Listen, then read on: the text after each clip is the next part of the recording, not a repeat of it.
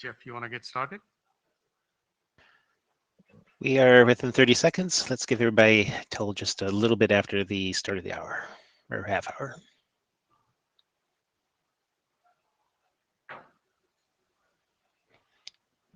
Even though we're fully virtual, everybody's partaking of the usual IETF tradition of starting a few minutes late.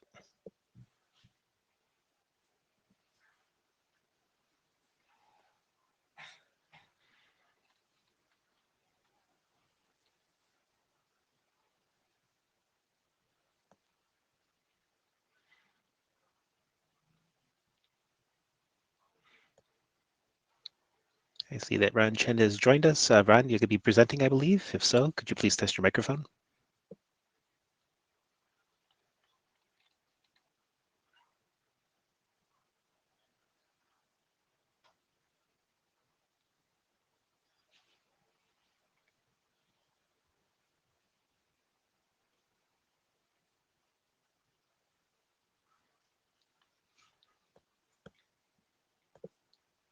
And I do not see Dhananjaya or Swadesh, who are the likely presenters for the card documents. Somebody may want to ping them to remind them of the meeting.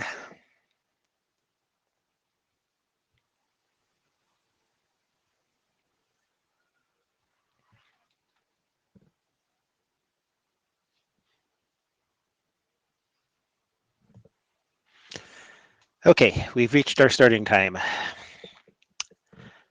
Hello, everyone, and welcome to IETF 113 for IDR.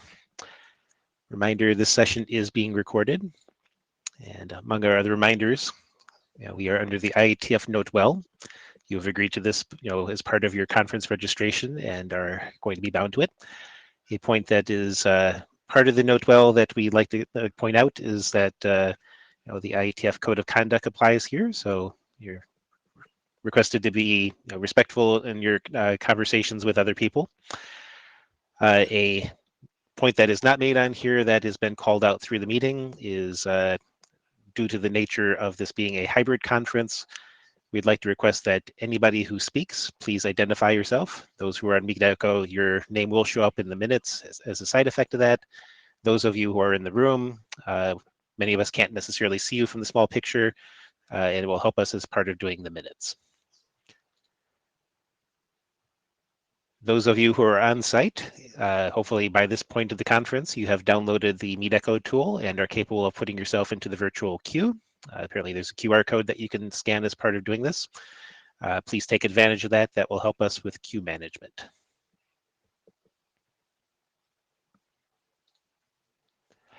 And there's a pointer to other random information as well. So our agenda for the day is, this is going to be our focused session. We'll go over some slides of what the current status of the working group is. We'll have a track on BGP auto configuration. As part of that, we'll do a quick review of the stuff that's been going on as part of AutoConf. And then we'll have a presentation from Randy Bush on L3ND. We've then reserved about 15 minutes for discussion of auto configuration in general and how we're going to take things forward. We'll have an update on the BGP Yang model by Mahesh. And then we enter the BGP routes with color track. And the first portion of that, we'll be working through the questions summary that we've done as the chairs. And then we'll have a revisit of the two main proposals to date, which is the BGP colorware routing, and then follow that by BGP classical transport. We'll then be having a new presentation by Ron Chen on BGP LU. In this case, I think it's supposed to be labeled colored unicast. And finally, we'll be reserving the last portion of the meeting for discussion over these topics. If for some reason we actually do have available time, we have 2 requests for moving some of the presentations from our next time slot up into this meeting, and we'll do so at that time. Since last IETF, we've been relatively quiet on the RFC front. RFC 9184 came out to update how we do BGP extended communities in terms of registration at IANA. We have Auth 48 that's in progress for the BGP open policy stuff. There is a lot of energetic back and forth on the mailing list, dealing with the edge cases there, and this may eventually be a motivation to revisit the RFC 7606 error handling procedures. A issue that will be resolved at a later time as part of more general cleanup is that the original code point allocated for open policy apparently has conflicts with stuff from prior IETF documents that had not formally got them assigned from IANA, and we'll be dealing with that separately.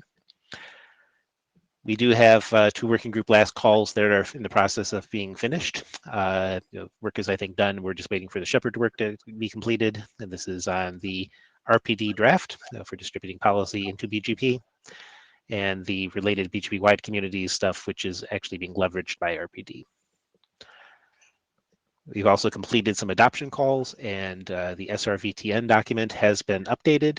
The slide here is slightly out of sync. We do actually have a draft IETF IDR for it. We also adopted the BFD subcode thing, and there's one implementation of that, and are looking for a second one to close out this very minor subcode. We also have several adoption calls in progress, and this is where IDR is certainly, as a large group, is a little distractible at the moment.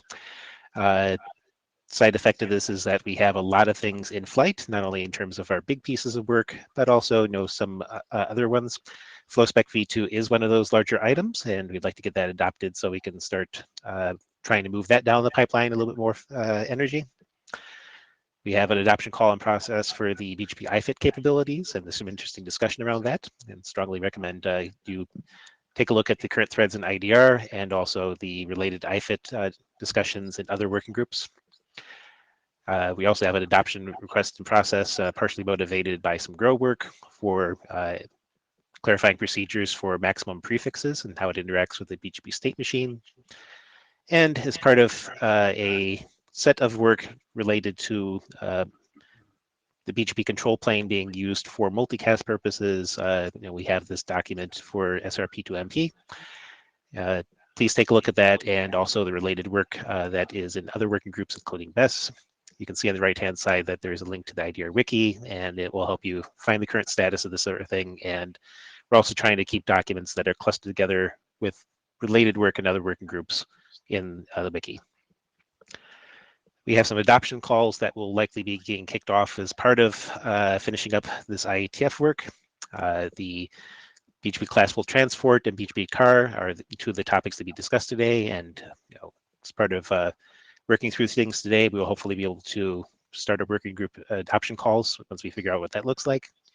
And very similarly, we have a set of adoption calls that will be done on auto configuration, and we'll discuss those as we move along. We had one no consensus on the VPN prefix ORF. There is a lot of energetic discussion there, and the authors are still very interested in continuing work on this. As discussed on the mailing list, they're encouraged to obtain a first come first serve code point and begin implementation, and perhaps as their work actually bears fruit, we can hopefully see if the working group's willing to reconsider this based on implementation experience. Not a specific working group adoption item, but had generated a lot of energy.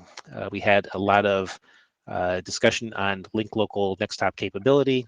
I think this one is just mostly a matter of finding a single editor to take the point on this and move that forward. And once the chairs have a little bit more bandwidth, we can drive this. But this is a place where if you have the energy to drive this yourself, maybe we can help schedule it that way.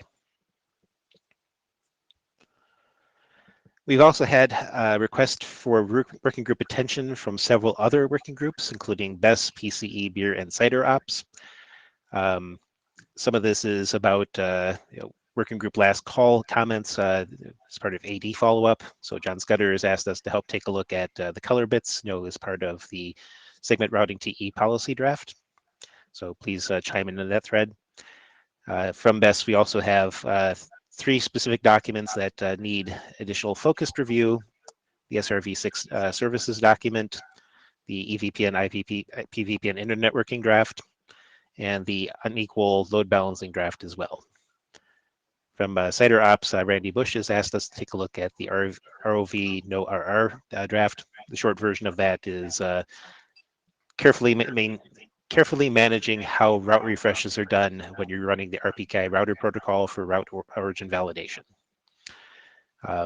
And PCE also has feedback requested for some of their work as well.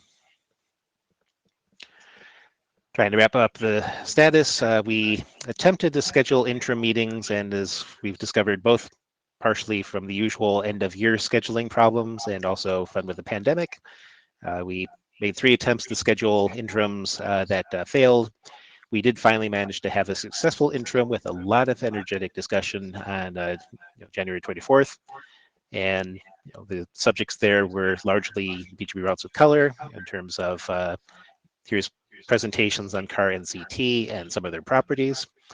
We also had relatively quiet presentations at that time on BGP auto configuration for the LLDP proposal and an update on draft Minto.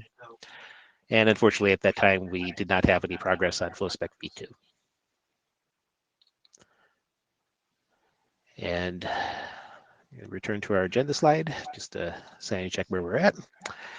So we've entered the discussion for introduction to auto configuration. And then after that, we'll turn it over to Randy for his presentation at L3ND. So for auto configuration, we have several drafts that have been in flight over the course of the work. As you recall, we had a design team that worked through the requirements, and we have a draft that has been published for that. After that work was done, we had 3 proposals on the table in terms of different types of technologies that implement the requirements. After those things had been presented, we had a general plan to start adoption questions and calls after the January interim. We had a last-minute proposal for L3ND, and as part of fairness to the authors, I'm going to make sure that they got equal time for presenting their work, and also to have equal level of scrutiny paid attention to it, similar to what had been done over the last couple of years as part of the design team analysis. So we delayed the adoption call until we can get it presented at this IETF. And we kicked off some discussion about the proposal on IDR mailing list. You're encouraged to take a look at those threads and respond to any questions that may have been raised there. And as a critical point, with L3ND being issued, we now have all of the IDR chairs with an active hand in the solution space for these proposals. This means that adoption and consensus calls are going to be very carefully monitored and given high-level scrutiny. If there's any circumstance where we find that the consensus is unclear, we're going to be involving a third party that's delegated to make those calls. So this is where I pause for a second to see if there's any questions before we begin Randy's presentation on L3ND. And this is the question that we'll be dealing with afterwards.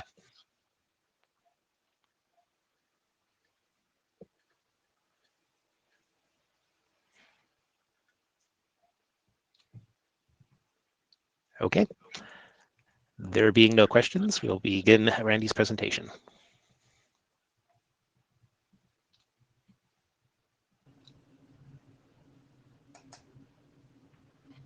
I seem unable to send video, so you will be saved from seeing my face. But you will have to put up with Magenta Comic Sans. Note that this protocol proposal is a 3rd generation. The other 2 generations were actually in the LSVR working group. Jeff, I don't have controls on the slides yet. Okay, I have not seen the incoming request as you did last time. Here it is. You've been granted permission. But the other 2 were at layer 2. This is at layer 3. Still waiting for permission. Okay. Okay. Lots of usual suspects. The attempt here is to come up with a stupid, reliable, boring, measurable protocol, not a stochastic exploration because when you've got 10,000 devices, if you're playing with probabilities, 0.001 still loses you a bunch of devices. But so the protocol is rather stiff and boring. It's like the L3DL layer 2 protocol, except this is layer 3. So if you were familiar with L3DL, the payload PDUs will look familiar to you. They still handle very large data. The purpose of that is more for EVPN than BGP discovery. But note that if you don't shove a whole bunch of addresses into a PDU, then it's still small. The only thing with being able to handle very large PDUs is the length fields of the PDUs chew up some bits. It's a multicast UDP hello for initial discovery. It is session-oriented and resumable. So the peers actually have sessions that have a session identifier and can be resumed from checkpoints if things are broken, etc. There is no retransmission because it uses TCP. TCP handles that. The only state that's kept is the minimal state at the ends of what it has learned about the other end. It is not, the protocol itself contains restartability, but not state. Thanks to TCP, it's guaranteed reliable in order, et cetera, et cetera. It also wants to use TLS preferably. Okay, L3DL, by the way, was over layer 2, so it had to provide its custom reliable transport. The object is to find your neighbors, learn their layer 3 addressing, and bootstrap BGP. Okay, so we see at the bottom, the L3MD is exchanging PDUs over TCP or TLS.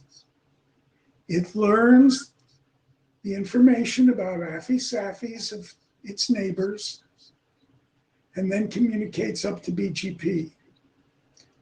We don't know how it communicates up to BGP. I'll discuss this in the final slide if we survive that long. This is not a routing protocol. It just discovers layer 3 addressing.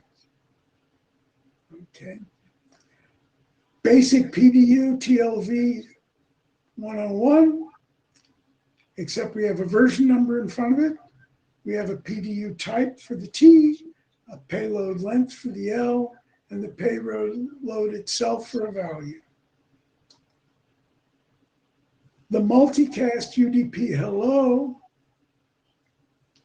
has a flags field which says, hey, I would like to do raw TCP, or I would like to do TLS, please.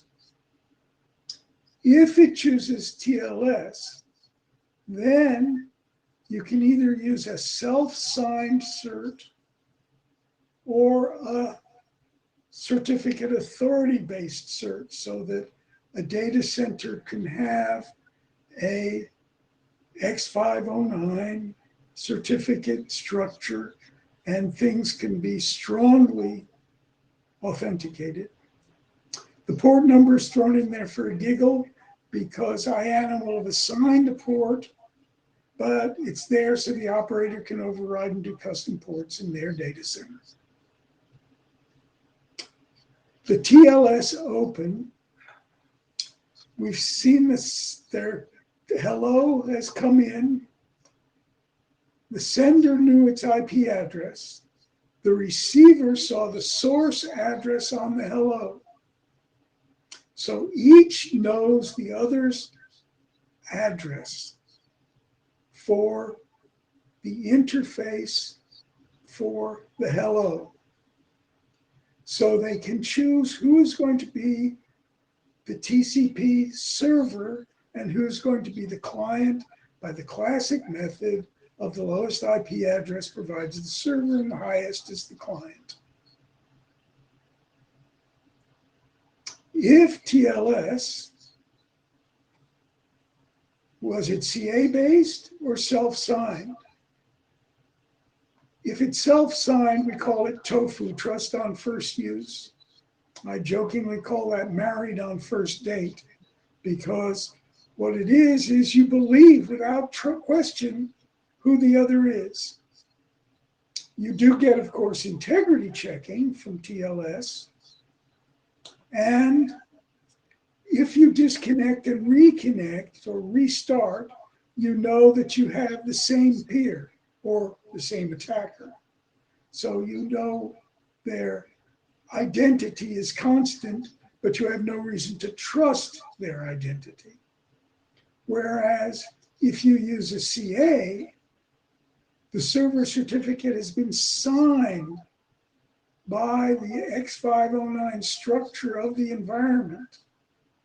The server used that cert, and the client has the public key for that certificate and can verify it, and therefore knows the identity of the server and trusts it. So we have authenticity, classic TLS. The choices is up to the operator. So we have an active TLS or naked TCP session. We now go to the L3ND PDUs. The first PDU is open. Open has a session ID. As I said, this is a session-oriented protocol, and I didn't just mean the TLS TCP, but the idea of an L3ND session. Okay, and there's a serial number you're going to see in the data PDUs, which allow that if things get broken, they can reconnect, they can reissue an open with the old session ID and the serial number of the last good PDU and say, hey, if you're cool, I'm cool with resuming the session from that point. Now, this is designed much more for the large scale addressing space of EBPN, et cetera, but it's certainly useful in the BGP sets.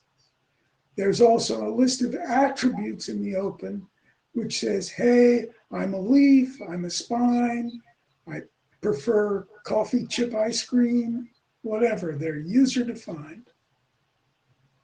Okay. All PDUs are ACT. This is, as I said, a really dumb standard old style protocol. The ACK also acts as an error notice. So if there is an E-type greater than 0, it tells you, hey, this is a warning, the session is broken, or call the operator. And there are room for error codes and hints and so on and so forth. You will be reminded of SMTP and other error codes like that. Okay, as I said, it's fully stateful. There's a session per peer, restartable, and can be resumed. So we now have a session established. I want to tell you what IP, in this case, IPv4 address space I have on my device. So note there was the serial number. And then I pass you a list of IPv4 addresses, or we call them for the moment encapsulations. That word has been confusing. We'll work on it. But each IPv4 address has a flag field and then a prefix length, of course. The flags say whether I'm announcing it or withdrawing it. Is this a primary or secondary interface? Is it an underlay or overlay interface? Is it a loopback? Of course, they're similar for IPv6. And to give you some MPLS clue. Okay, so if we have that, I now know what address space my peer has. How do I set up BGP? I want to, this is for configuring arbitrary layer 3 protocols, but so far we'll only discuss BGP. There's what we call an upper layer protocol configuration, PDU in L3ND. There's only one active type we're going to talk about, and that's BGP. And it has a whole bunch of sub-TLDs. For the moment, we'll call them attributes. The goal is to provide the absolute minimal set of configuration parameters for BGP open to take over and succeed. We don't want to conflict with data that might be exchanged in the open because multiple sources of truth are a way for a real mess. So we're not going to tell you things that the BGP open will discover or assert as capabilities, etc. I'm going to tell you my AS. I'm going to tell you what IPv4 peering address I would like to use.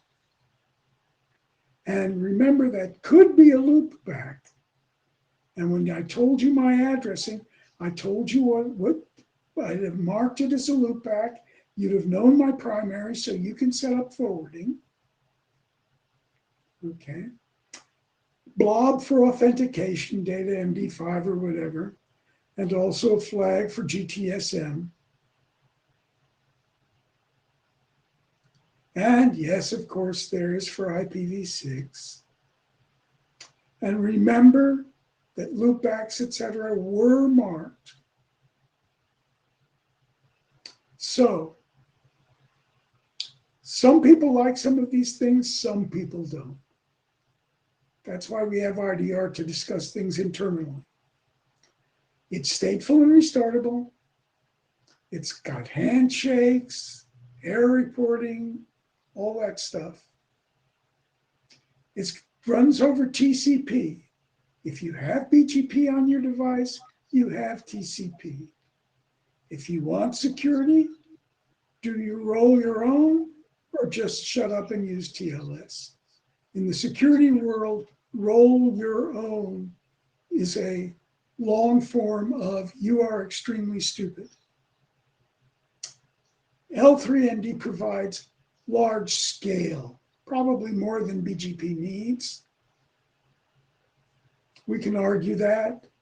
It really only costs a few bits in the length fields if you don't use the scaling and try to handle over a ton of addresses.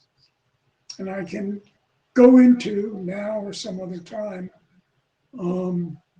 how you can use it for highly scaled EVPN, multi-pod, et cetera, with the whole thing's multi-tenancy, microservices, that whole world.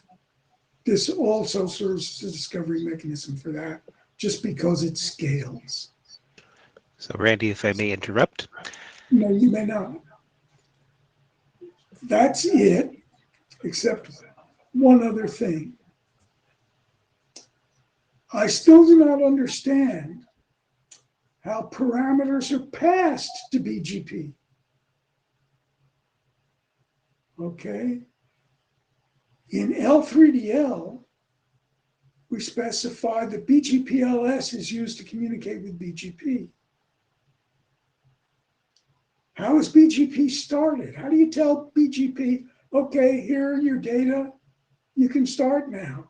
Oh, data have changed, you need to restart.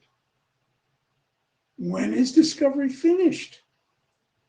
Should it be stopped, or because new people will keep plugging in devices and old devices will leave, do we keep running forever? How's that done? Is there a full-scale orchestration system over that? If so, you know, we haven't really discussed this. Okay. And I really question, do we really need the restartability? It adds complexity. And now I really am through. And Jeff, if you wanted to ask questions. So I had more questions, but I wanted to take you up on your suggestion to briefly discuss the VPN scaling, because I think that it ties into some of the motivations potentially for how you're specifying your encapsulations PDU. Yeah. Did you want to discuss that or defer that for a different presentation? I think deferring probably is wise. Okay. So if that's the case, we now have questions at the microphone. AC, you're first. AC Lindum, Cisco Systems. Hey, I was just going to say the last part about how this is communicated to BGP. I think that's an internal. We don't have to specify those APIs between the discovery protocols and BGP, or let's say any other entity that wants to learn these things. I really think that's out of scope for the IETF for the standard. That's it. Martin, you have the microphone. Hi, Martin Huněk. I would like to ask about the TLS certificates. Did you consider DANE also to validate the TLS certificate? No. You'll notice there's no DNS here. Putting DNS and BGP in the same bucket sounds like possibly a little asking for complexity. I'm trying to be polite. I am a fan of DANE. I don't want to put DANE down. I just don't think we want to add DNS at this layer. Okay, thank you very much. Okay, you're next. Yeah, I'm just going to speak as a working group member, taking my working group chair hat off. I do agree with you, AC. This is going to be how you actually pass the data to BGP is going to be a matter of implementation details. Thank you. I don't agree with that because I want interoperability between vendors. And that is one of the core purposes of the IETF. Ben, you have the microphone. Thanks. I'm not sure that I understand the purpose of signaling the choice of whether to use a self-signed certificate or a CA-issued certificate on the wire. I would have thought that that's simply a local configuration matter. Can you explain why that's in there?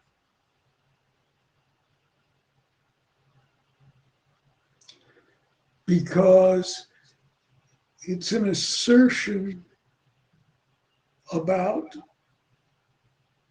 the security being provided. And since we do not have an orchestration system, see this slide, it's hard to flip slides, by the way, here. But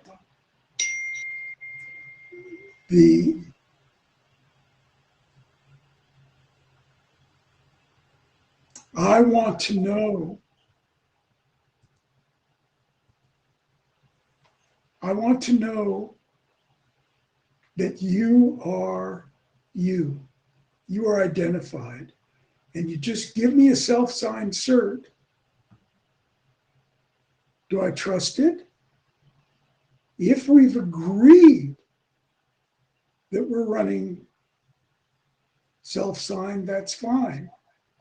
But if I think there's a CA, you could do a replay of somebody else's cert from that CA, et cetera. We're trying to deal with that. But I see where you're going, Ben, and I think that is worth some more discussion. Yeah, I understand all the points you make.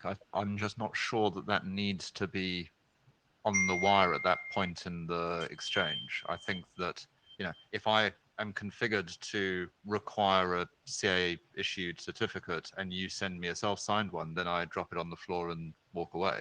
I don't see how that flag helps. But I think the rest of it's perfectly valid. We can discuss offline. I hear you. But I think we should have Rob and Russ in on that part of the discussion. Okay, the microphone is. Rob has typed to you in chat, by the way. Yes. So microphone queue is cut with me. Minto, you have the microphone. Thanks. So does the TLS CA based certificate need a IP address based configuration to identify the identity? I did not understand the question. So the certificate identity verification, right? That is required. That is need to be identified, right? So does it need a local IP address based configuration, or it rely on the management network all the time? The certificate is presumably provisioned into the server side device by an out-of-band enrollment system.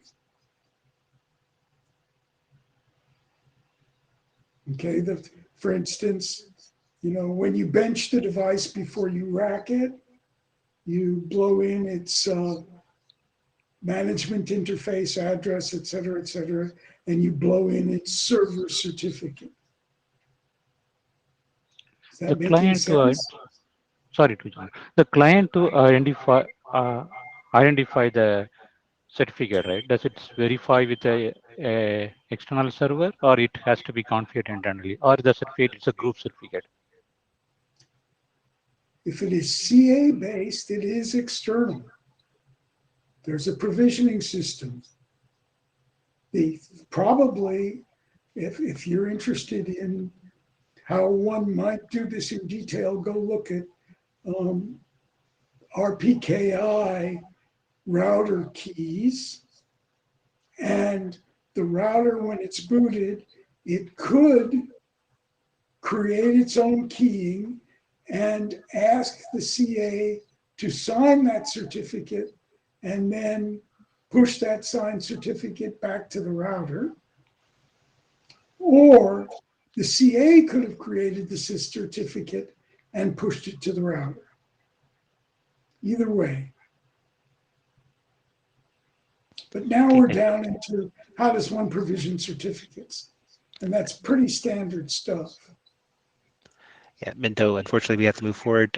Randy, I think to Minto's point, what is being requested is more details about the contents of the certificate, since some TLS certificates are bound to IP addresses. So you want to go into more detail about the profile you're expecting. Bill, you have the microphone. Hi, Bill Fenner, Arista Networks. On the topic of how the configuration gets to BGP, I think the question of how is definitely a matter that's local to the router, but when, I think, is more of a question for the protocol definition. And I suspect it's more of what Randy meant by this slide with questions is once you've learned enough information, how do you decide when you've learned enough information to push it over to BGP to get it to start the session? How do you decide whether to reset an existing session with new Bingo. information. Yep. Thank you, Bill. So I'm the last one to supply comments. Randy, I have a few comments for you. I will not repeat the majority of my comments from the list. Hopefully we'll follow up for those there.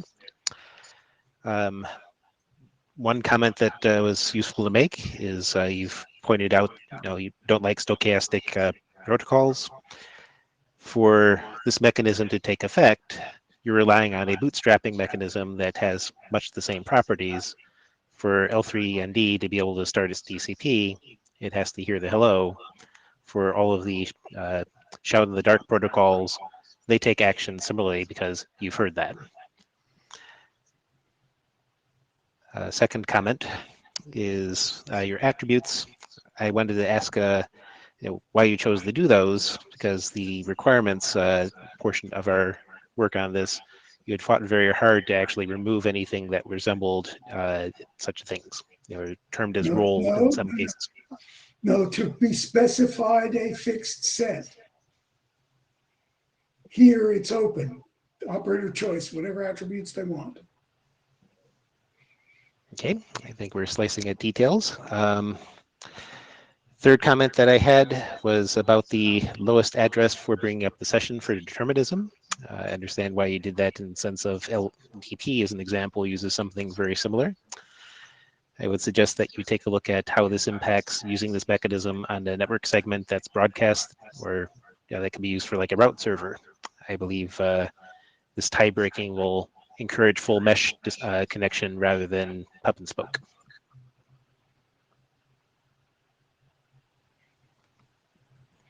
And my last comment for your presentation is for your encapsulations.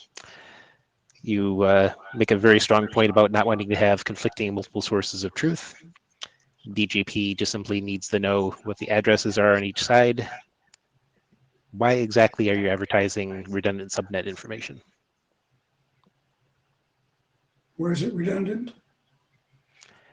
If you've established a TCP session with your L3ND TCP port, you had enough information to set up your BGP if it's the same encapsulation.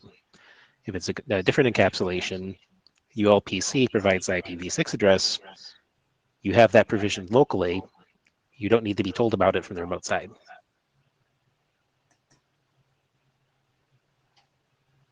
The remote, I'm in the encapsulations, the other side could have given me multiple IPv4 addresses, for example.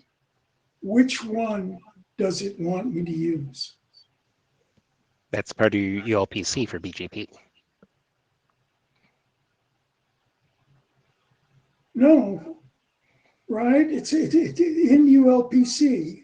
The other side could have said, here are two IPv4 addresses on my side, a primary and a secondary. And then at ULPC, the other side can say, hey, here's the one I want you to use. And it could have been the secondary, or it could have been a loopback.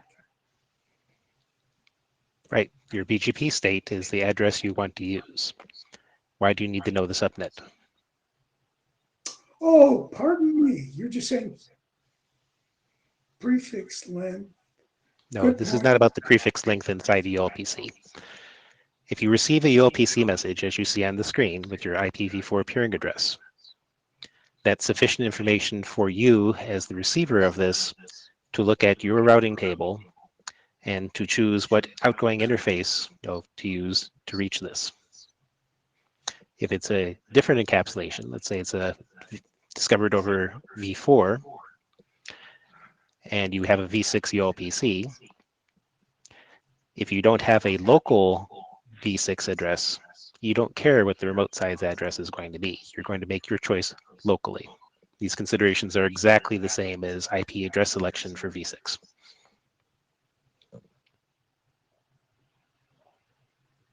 Can we continue offline, because let's not waste people's time with my not understanding. Okay, in that case, we're done with your presentation and we're moving to the discussion about how we move forward. I'm going to go back to the chair slides.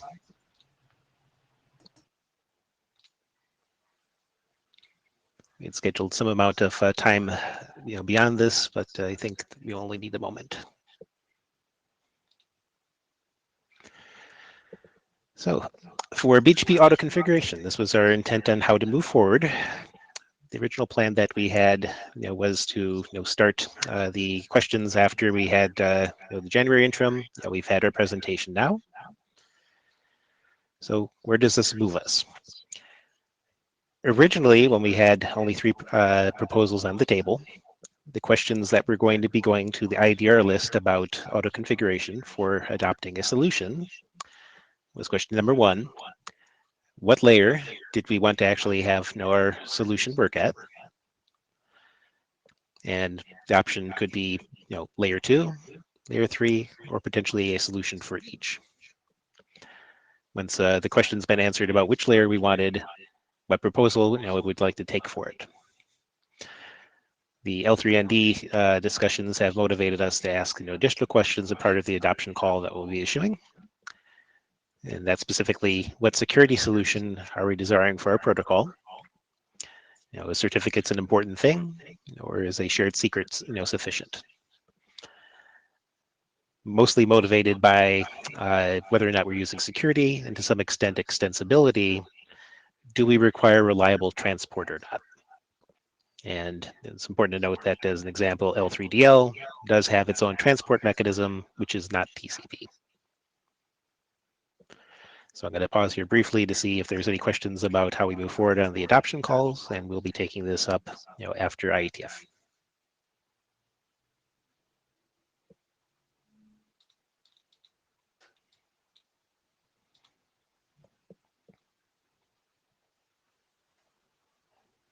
Okay, if there are no further questions, now this ends our portion covering BGP auto configuration. Actually, I see that AC has entered the queue. Yes, so you're going to, this is AC from Cisco Systems, you're going to ask all these questions like generically or for each, I mean, these questions, and then take the results of that and apply it to the, I guess there's 5 odd mechanisms for BGP auto discovery? Or are we going? It's 4. I don't understand the move forward exactly. I mean. So did you care to respond to that? I'll let you go ahead and respond to that. I had a question for the LSVR folks. So I'll, okay. If you want to respond to it, otherwise I will. But yeah, my brief response, AC, is that this is the set of properties we want to pull for, and this covers the full spectrum.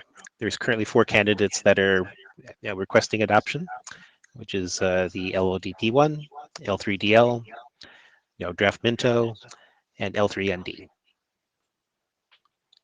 So.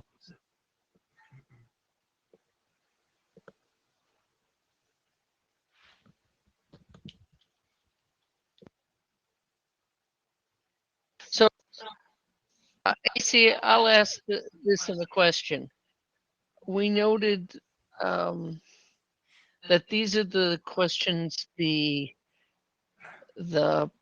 adoption would have, but normally, as you know, notice when I send out adoption calls, I send out a set of questions specific to the particular draft. But in these 4 drafts, some of the questions are inherently the same. So what's going to make more sense? Sending out the questions and then the adoption call, or adding these as questions on every adoption call? In the end, the chairs are going to read all of the adoption calls and figure out what to do. So it doesn't matter to us as chairs. Do you have any preference as a working group member?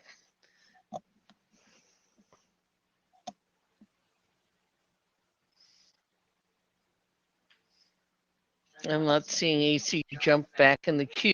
So folks, do you have any preference? on how we do these calls and ask this question, because maybe you're saying we should adopt all four. We like the two of the layer 2 because they have two different properties. We like two of the layer 3 because they have properties. If not, we'll take our dart and discuss it as chairs and send out adoption calls. Any preference?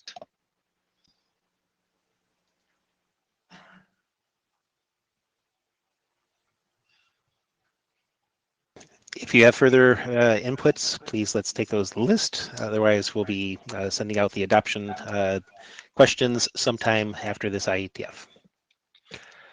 Our next item on the presentations is an update on the BGP Yang model. Mahesh.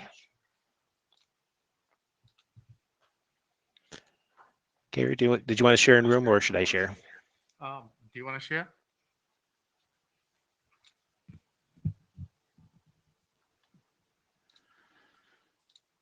Perfect.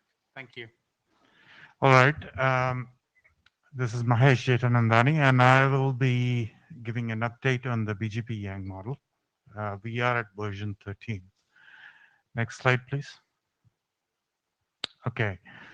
So we have been evaluating the structure of the model, and we believe at this time that it's holding up with respect to any further or future extensions that we believe are going to come for all the changes that are coming to BGP. So there is a update as far as the L3 VPN model that I'll cover in a later slide.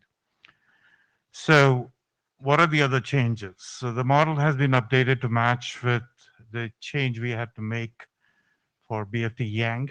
BFT Yang had to be revved with an RFC 9127 BIS, and those changes have been incorporated into the model. Support for BGP Med considerations has been added.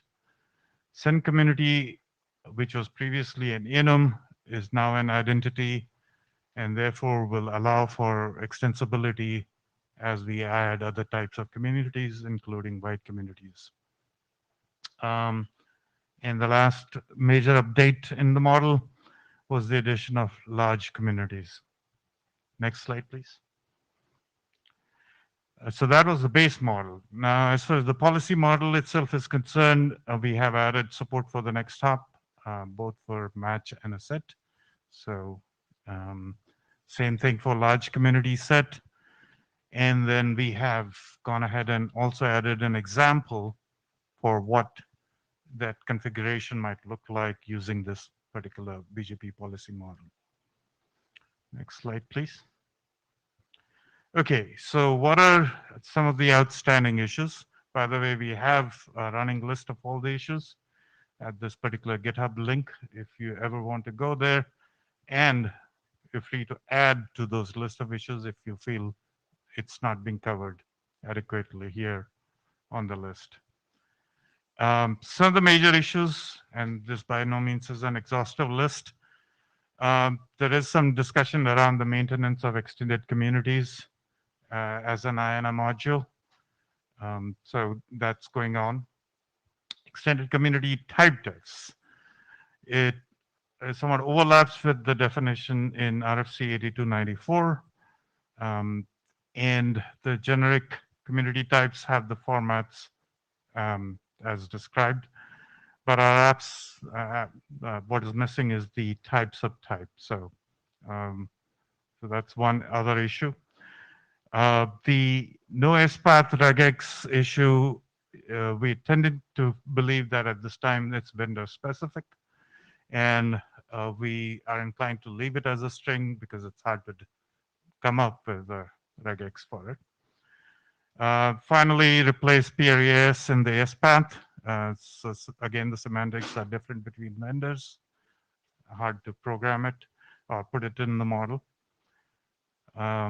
Next slide, please. So what are the next steps?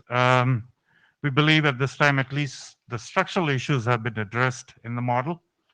As The other part is how it interfaces with the other pertinent Yang modules, in particular BFT, TCP, and the keychain module.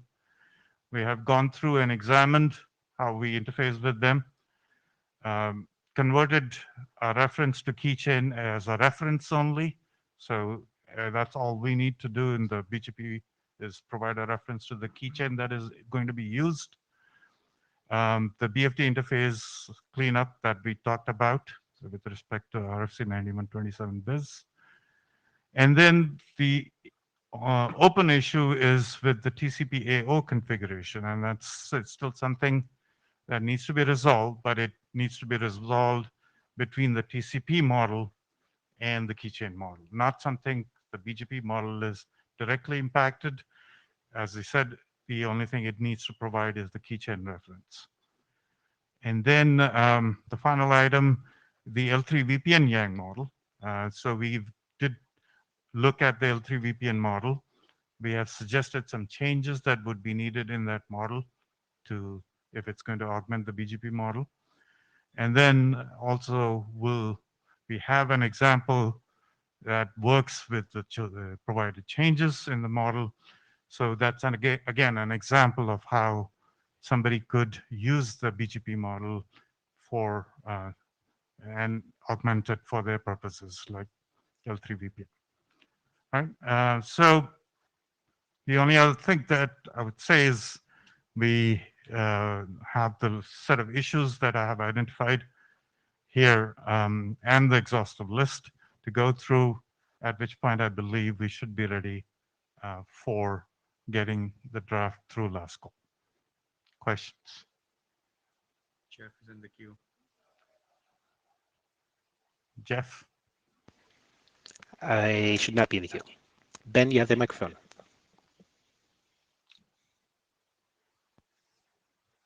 Hi there. On the question of the AS path regexes, I'm currently working on a tool to evaluate the regex syntax that appears in RPSL. And as part of doing that, I've got an AST, a parser and an AST, and I'm in the process of turning that into an evaluation implementation to kind of render it down to the vendor-specific flavors. Okay. I suspect there's probably a fair amount of overlap in terms of what I'm doing and what you would need to do to make that something better than just a vendor-specific blob. Yes. So I'm happy to work on that with you if you'd like. Sure. We'll Okay. definitely. You can bring it in the form of a Git push request or. Yes. Okay. Sue, you have the microphone.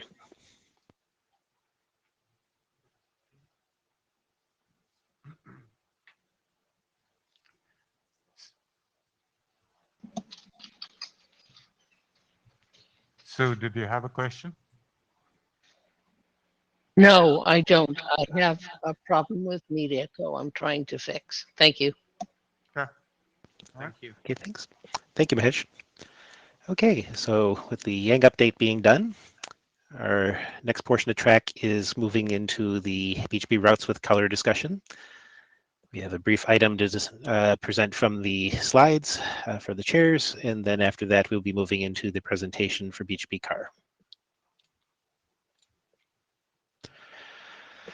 So, as was mentioned earlier, we had a very energetic interim on January 24th that generated a lot of discussion back and forth, and the discussion was, as we were hoping from an interim, far more interesting than the presentations were in some respects. And part of the back and forth led to the observation that we're not necessarily talking about the same things in some respects between CAR and CT. I did a write-up that is linked in the top of the slides here on the IDR mailing list. You are encouraged to go read that and please respond, especially the authors, to make sure that the assessment is fair to your proposal. The motivations for the questions was to understand what those points of dispute were and try to clarify what they actually mean. And the two questions that got percolated to the mailing list effectively were, number one, how does route resolution work for your feature? And number two, how does route origination and propagation work? And It's our assessment in the response that you see at the top that for each of these proposals, the functionality in terms of what can be accomplished by the protocol format and how it's actually carried through BGP are comparable. They're doing roughly the same things. The thing that is absolutely also clear from the discussions is that they certainly, in terms of NLRI format and how the information is carried, are not identical. And even though they have similar functional overlap, it's clear that each proposal is trying to bring a specific operational model to how things work. So that will, I think, be part of our longer discussion about adoption. And one of the things that I encourage the presenters for the next set of slots to discuss is the operational considerations for what your mechanism looks like and what does your format specifically bring the operators. Aside from these details, the largest remaining functional comparison point that we have between CAR and CT is CAR does add a idea to BGP of carrying optional components as part of LRI to try to decouple formatting that we have from BGP-LU, where we carry a label stack that is non-key but isn't explicitly called out as part of the structure of the format. So that will be, I think, one of the more interesting discussion points as we move forward.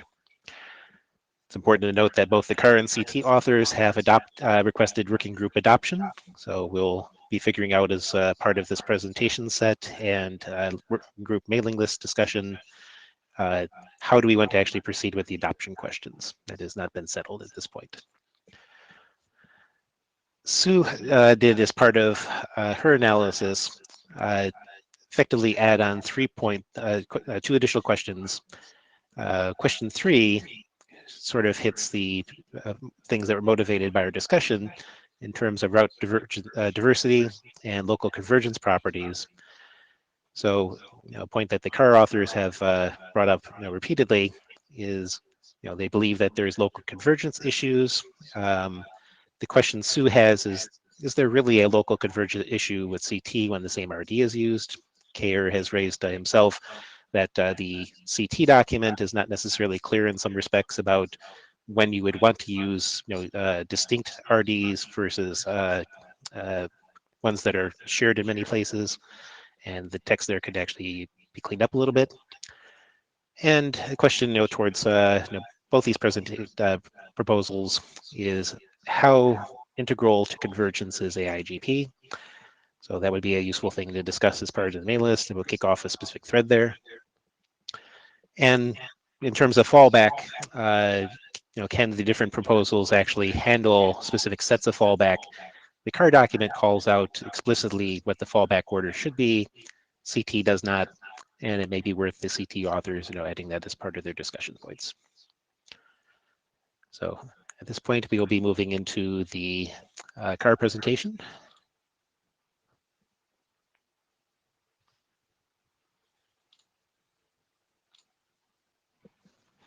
Then Jaya, you have the microphone.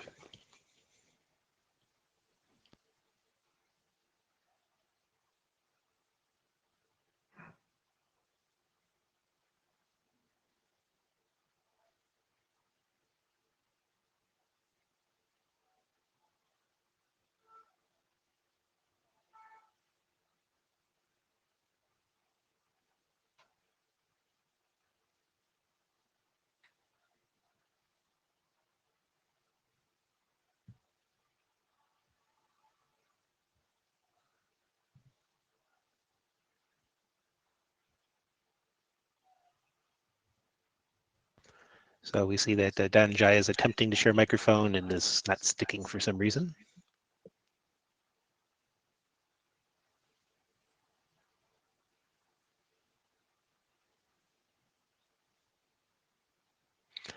Incidentally, this is why we ask people to test their microphones at the start of the session.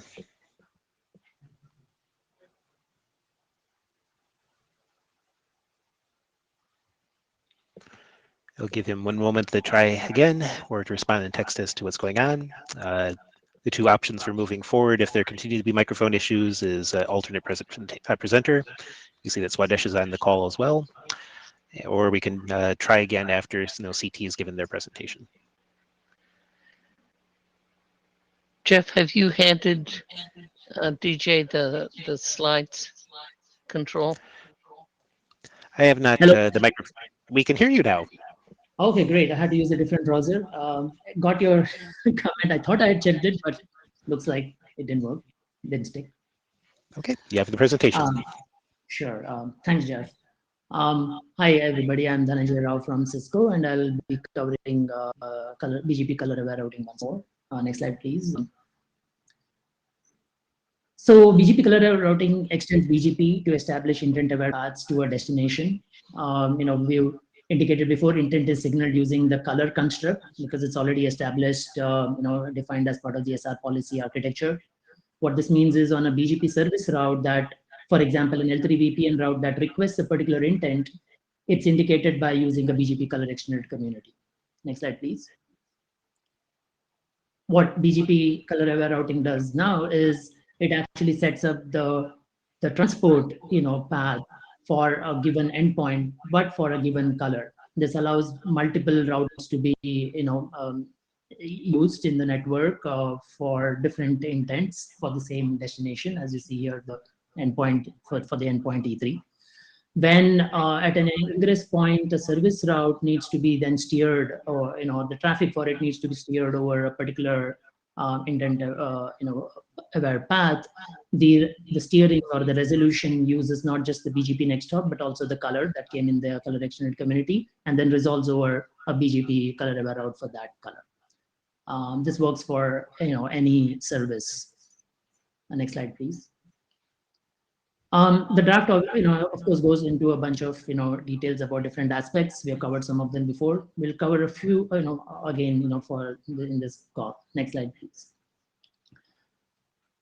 So we are introducing a new SAFI in BGP because we needed to signal multiple instances for the same prefix. It's an operational requirement. You don't want to burn different IP addresses, so you have the same IP address, but you want to issue different routes. We use the color. Now this is defined as a evolution of BGP LU SAFI, which is being used in the transport networks today. But at the same time, we are modernizing this, the use of the SAFI by in BGP car, addressing some of the limitations that exist with BGP LU. At the same time, we are maintaining the functional and operational consistency of BGP LU in terms of the route processing, the best path, other things as we'll see along the next slide. An illustration below kind of gives a sense of how a car route looks with respect to a BGP LU route. We find no reason to use any complex VPN constructs or machinery at every transport hop to achieve this purpose. Next slide, please. This is the proposal for the car LRI. It's a simple extension to an existing BGP route. In addition to the prefix, you have the color. The color serves to act as a distinguisher for the route, but it also provides the intent provided by the route. This is optimized for the majority of deployments where you have network devices that operate within a color domain. That is, they have the same consistent color mapping. We do support the the exception cases. We'll cover it later. Next slide, please. We've gone through this before. I mean, we've defined it to be the simplest data model we can use, and it enables the most efficient route processing and storage. We are talking about an much increased scale than what you're seeing with BGP LU today, because now it gets multiplied by the number of intents that may be supported. So we need to focus on efficiency. That's what we've done. This model, as it works very similar to BGP LU, it inherently provides ECMP awareness or backup paths at every BGP hop. We'll see details in the next slide. This provides faster localized convergence. Again, we don't have to deal with complex workarounds to make things work because we use an import mechanism. We don't need that. Next slide, please. So this is the illustration for that case. As Jeff said, we've described it before. It's been debated. You have two ABRs here, 231 and 232, originating a route for an endpoint E3. Now that naturally, ends up being, treated as multipath at the ingress nodes of the domain. You get a common label, next hop self. What gets propagated is just, the route from those border nodes. Any failure of the ABR gets handled locally within the domain. There's no churn, outside. With CT, you don't get this by default. The user unique RD, those RDs end up creating unique routes. The routes, the LSP propagates all the way to the ingress PEs. And any kind of convergence has to happen at those ingress PEs. And at the same time, you have all this, failure propagation, the churn going across, outside the domain. Some workaround has been proposed, and as we discussed it previously, that fails to address it because it still propagates the churn outside. To Jeff's point, just to address it there, or I guess his question, if same RD was used, you could potentially use same RD. That's another way, because this in RD you have that option, but it still doesn't take away the import processing that's there, and it seems redundant, at that point. Same RD, I don't know how we end up doing automatically, because there isn't enough space to put an ID that says that multiple devices come up with the same value. I don't think there's enough bits to put the 32-bit color in there. And then if at all that's the solution, then it kind of renders the RD meaningless. I think. Next slide, please. Now, the other critical aspect is really have we defined, a transport SAFI that is future-proof, right? Because we're trying to move people from BGPLU to a new SAFI. We've taken that into account when we defined BGP card. We put in extensibility, again, leveraging a lot of, experience from other BGP SAFIs. So we have a route type, we have a key length, we have encoded non-key TLVs. As Jeff said, there is non-key data even today in BGPLU, L3VP and other SAFIs. We have provided a structure, made it, TLVs. We enable, and that enables us to, add additional TLVs as needed, and that provides some benefits, as we'll see in the next slide. At the same time, we ensured, we maintain the packing efficiency. Again, we'll see an example of that in the next slide. So we think these extensions actually make, this new SAFI, as a good base for future extensions, future use cases, which we don't even, are aware of today. One thing to point out is, even though you introduced TLVs, they are for the non-key data, as pointed out here. So from, if you look at the NLRI, the prefix, the key, that's just like any other existing SAFI. Next slide, please. Coming to the encapsulations, so clearly this is a critical improvement with BGP card. You can signal, of course, the same forwarding information, labels, SIDs, etc. But now you can signal them without having to overload the label fields of the existing SAFIs that have that can only signal labels.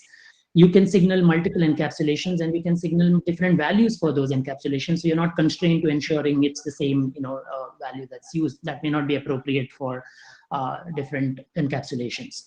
As I said earlier, we maintain packing. For example, the label index is a good example. It doesn't need to be carried in an attribute, which completely breaks packing. This, of course, makes things efficient in the steady state, but it also provides a benefit when you look at migration. When you have these different encapsulations in the network and you're moving from one to the other, today what you would be forced to do is set up different control plane distribution channels, and generate duplicate routes for the same information with for different encap, and make sure they travel in a disjoint manner such that the ingress nodes that need it receive it. That's a lot of operational complexity. We've taken care of that here, because now first of all, you don't have duplicate routes. You use the same set of control plane sessions. It's more efficient. The protocol automatically handles this scenario that really provides true OpEx, operational simplicity and OpEx reduction. Next slide, I can please. interrupt for a moment. Sue, do you have a clarification question? If not, we have a time slot for discussing things at the end of this presentation sets.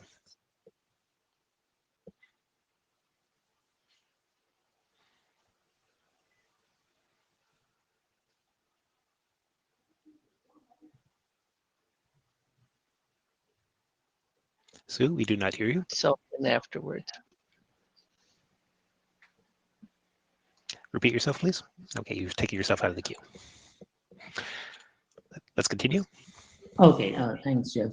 So one observation, this was discussed before. One thing that did come up at the come out of the interim discussion is, yes, there's an acknowledgement that there are these limitations with the the RFC8277 encoding, and we would like to address it. This is a general I think expression, and including from the BGP-CT co-authors. So BGP-CT unfortunately inherits the same limitations. Whereas with BGP car view, recognize those limitations and address them from day one into the design. Next slide, please. Okay, next top resolution, nothing really new. We've covered this before, so we could probably skip it in the interest of time.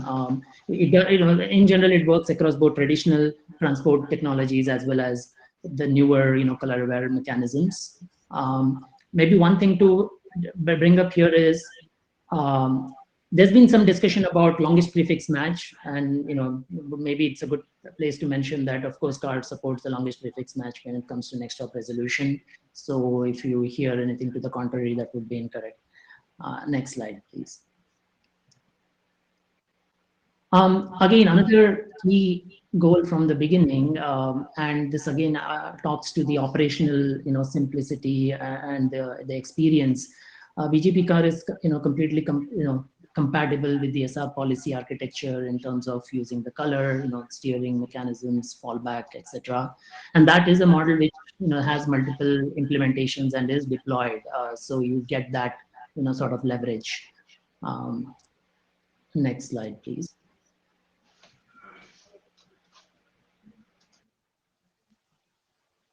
As I said earlier, there can be exceptions where networks come together and they have different color to intent mappings. This is nobody starts with this day one, but it can happen. So we have accommodated that by leveraging an extended community called the local color mapping extended community to signal the local color within a domain when routes come from other color domains.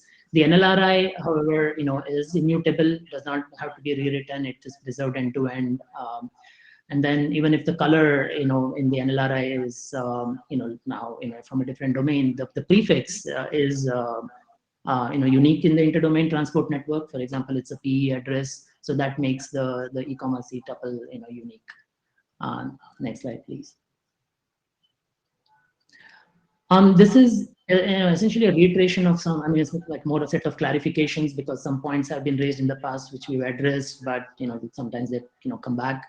I don't think at this point we need to go through it point by point, but they're there for reference if it's helpful.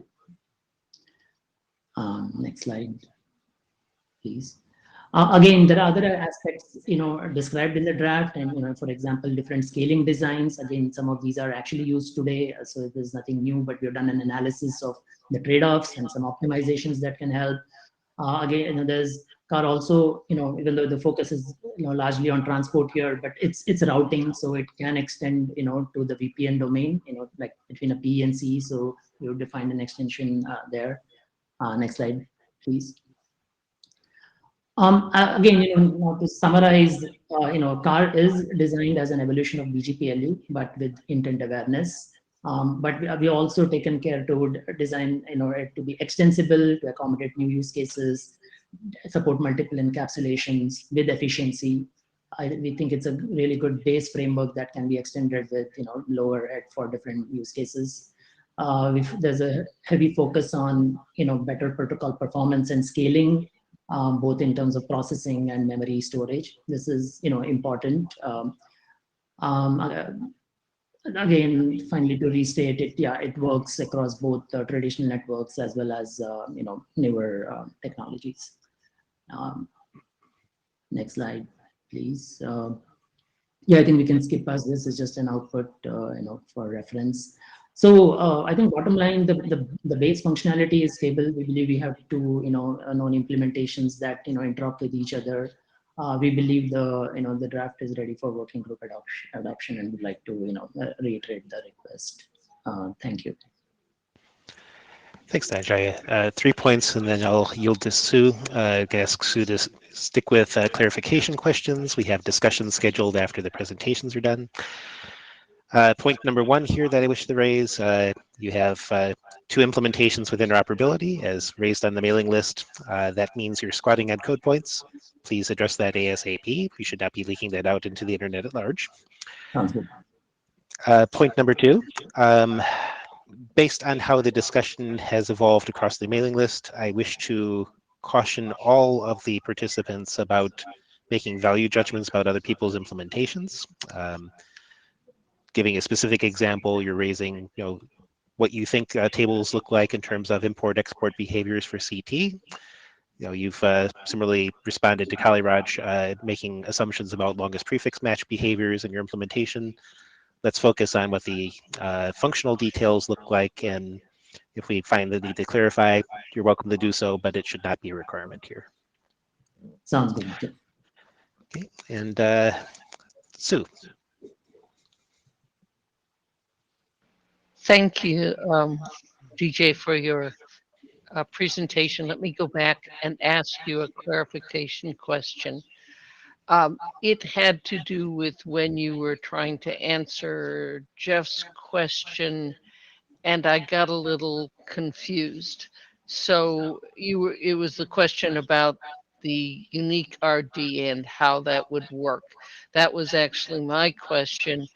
I had meant perhaps you could explain how it doesn't work or how it doesn't do local convergence. I do note that the CT document needed to specify that it could be run in multiple RDs or one RD. When I pinged them, they responded to that.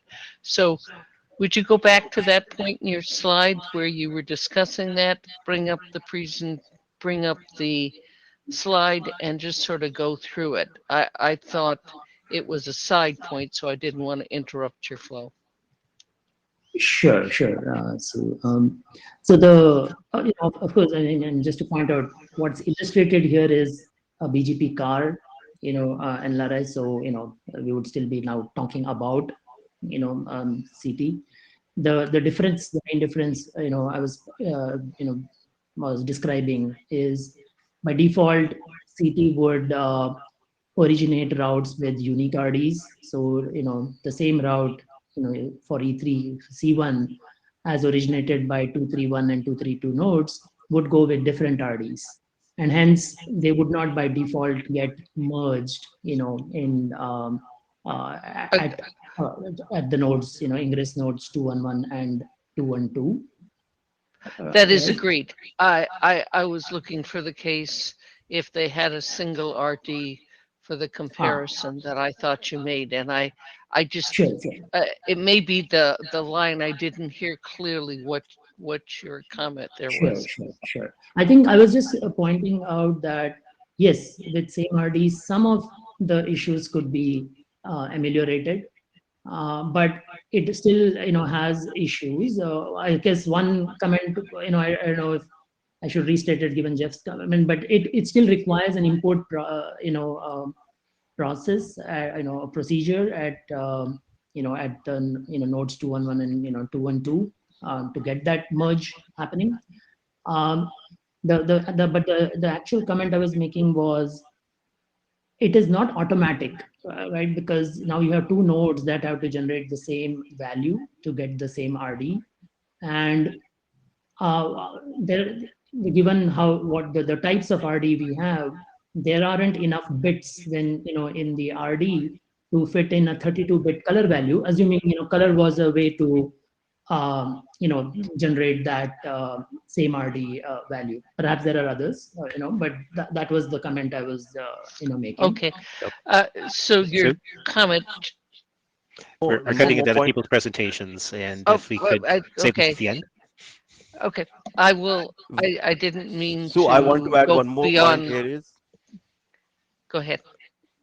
yeah, with the same RD, imagine if it's originated from the E3, because that's what Kaliraj just mentioned. If it originates from E3, we are carrying the same value. That means the prefix E3 as well as RD is also carrying E3. It's a repetition of information. I'm not sure for what reason, but we are carrying the same information twice in the NLRI. So I don't know what's the point of this data model if we say we will propose same RD. So this is a great point for the authors For for the CT to look discussion. at. So Yep, we'll leave let- this to the discussion. You've clarified your comment. I will ask more in the discussion point. DJ, thank you for going through that. Um, Sure. we'll pick up the rest of it during the discussion. Thank you. Thank you. Okay, so we're going to move to the CT presentation. We also do have an LCU presentation afterwards. The goal is to leave as much time for discussion about the sets of things. And I do want to point out there's interesting stuff in chat. Please take that to microphone once we're done with the presentations. Kaliraj, you have the microphone. Everyone. So I'll be presenting BGP again, and we will be repeating a lot of stuff, but I want to focus on a few slides so that we save time for everyone. Next slide, please. So this is the quick agenda. It's a recap of the problem statement, and I want to touch base slightly on why we need a new address family, and then what are the problems with including color in the LPM lookup key. Though this is an implementation detail, but it drives how the protocol should be designed. That is why we are talking about this. And then there are some repetition of explanation of what are the constructs in BGP-CT and how do you express your intent in BGP-CT using mapping community. So in the chair's summary slides, Jeff presented the analysis that both the solutions are almost equal. But I feel that how you express intent in BGP-CT is much more signaled than what you can do in CAR.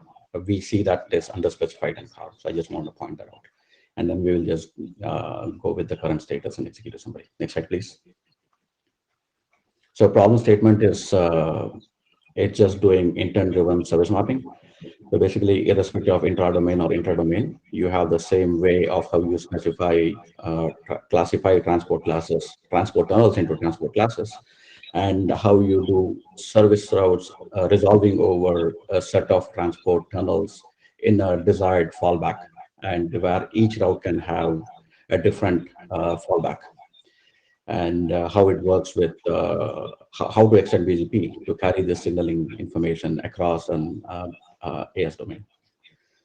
Next slide, please. Yeah, this is just a reference diagram. It just shows a BGP LU network tree, and it shows the different redundant ASBRs, redundant ABRs, and the PEs, each PE having multiple color tunnels, and how the colors are not visible today when you're using BGP-LU to other domains. So, for example, PE25 cannot put a traffic on the gold tunnel to PE11. Yeah, next slide, please. So why do we need a new address family? So this is the first thing that we explored. So why not reuse or hack existing address families like LU, SRT, L3VPN?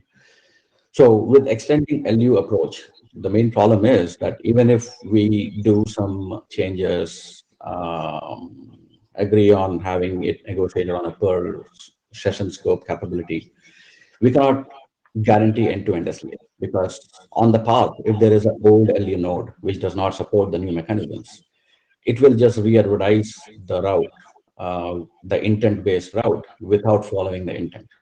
So the ingress PE cannot be sure that the end SLA has been guaranteed end-to-end. So this is the main reason why we didn't go with LU, because when you're going for new extensions, it's good to just have a way which works always. And if you have a route, for example, if you have a city route or a transport class gold and the ingress PE, we know that end-to-end the gold tunnels are up. So we want that kind of a guarantee. That's why we didn't go with LU. And using AdPath ID as a per session scope, AdPath ID is per session scope, it doesn't work really well as an originator of the route. So RD is a better end-to-end distribution. That's the reason for using RD other than just relying on AdPath. And that goes with LU or any other approaches like CAR, which are using AdPath. And overloading L3 VPN, of course, I think everybody agrees that we don't want to put more transport routes into L3 VPN, so we did not do that. And carrying color in the NLRI, basically color is an adjective, it's not a noun. So it's, instead of carrying it an NLRI, carrying it as an attribute makes more sense. And more on this on the next slide. It also ties in into how the internal resolution data structures are built. And use of RT target, it allows for RTC-like mechanisms, providing on-demand next stop. So if you use LU, all those kind of things, then you don't get this. Get this also. This helps with scaling. This helps with the pub/sub model, and thus we have a new traffic 76. Next slide, please. Yeah. So in this slide, we have tried to summarize between the different proposals, which use color in the key, either as IP colon color or color colon IP. And another model that is CT users, where you have different transport rates of different colors, and each one have just IP prefix.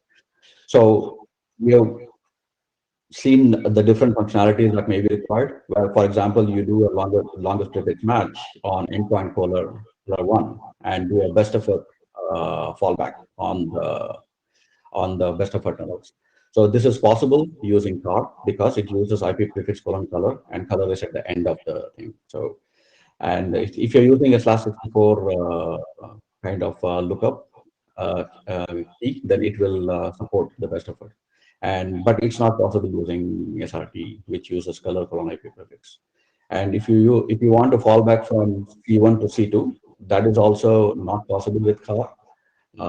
With the pure longest prefix match, there may be other arrangements possible which are less efficient, and it's not possible with IPSRT also, color colon IP also. And LPM lookup on non-host prefix length route. So this is, I think, it's one of the main things in the responses. CAR others said that this is academic, but I don't understand that point because I hear that SR basis locator route is one such route. So if you have a prefix non-host prefix length, basically think about how you organize your data structure. I mean, you may have 1111/32 with color 2, and then 1110/24 with color C1. And if you want to match 1111 next up with color C1, then it will do the longest prefix match and hit the more specific thing. So we need to do some jugglery here. And it is, of course, supported in color colon IP prefix and city. And carrying best effort tunnels, it's possible with IP colon color because color is at the end, but it's not possible with SRT. That's a color colon IP prefix. So we see that it's kind of evolution, and because CT does not include the color in the MLARI at all these things are possible with CT. Next slide, please. So this is just restating the solution constructs, and the main things here I want to point out is the transport class. That is the construct that equalizes the different transport protocols. Some of them are inherently know the colors, some of them may not. And then we have the resolution scheme and the mapping community. So these are the important things. The mapping community is not, it's basically, we define it as any BGP community. So it is not like a one-to-one mapping with a color. So most default cases, it will be a color that you auto derive the mapping community, but you can have a mapping community that can describe the actual fallback. We will have an example of this. And I think this is the missing piece. This is the difference. I see that it is not there in CAR. I mean, I don't know how you do. I have asked those questions on the email, Elias, and I'm expecting a response from CAR others. So if R1 wants to use color C1 as a primary and C2 as backup, whereas a different route R2 wants to use the reverse, C2 as primary and C1 as backup, how do you express this? If it needs config changes on the box, then basically you don't actually signal it. So, but with CT we can signal it. Next slide, please. Yeah, so this is just the same LU network. It is converted to CT, and you see all the color tunnels extended up to the P ingress P. Next slide, please. Yeah, so this is just an example of how you express intent in BGP-CT. It just gives a concrete example of how you do the mapping and how you can signal using the mapping community what fallback scheme the route wants. And we don't see these kind of details in the car document. It'll be good to add how exactly it is done. Okay, next slide, please. Yeah, so these are the advantages, and this is like a repetition from previous sessions. I think instead of going through this, I'd like to respond to some of the comments that were made in class presentation. One was about the limitation of 8277 encoding.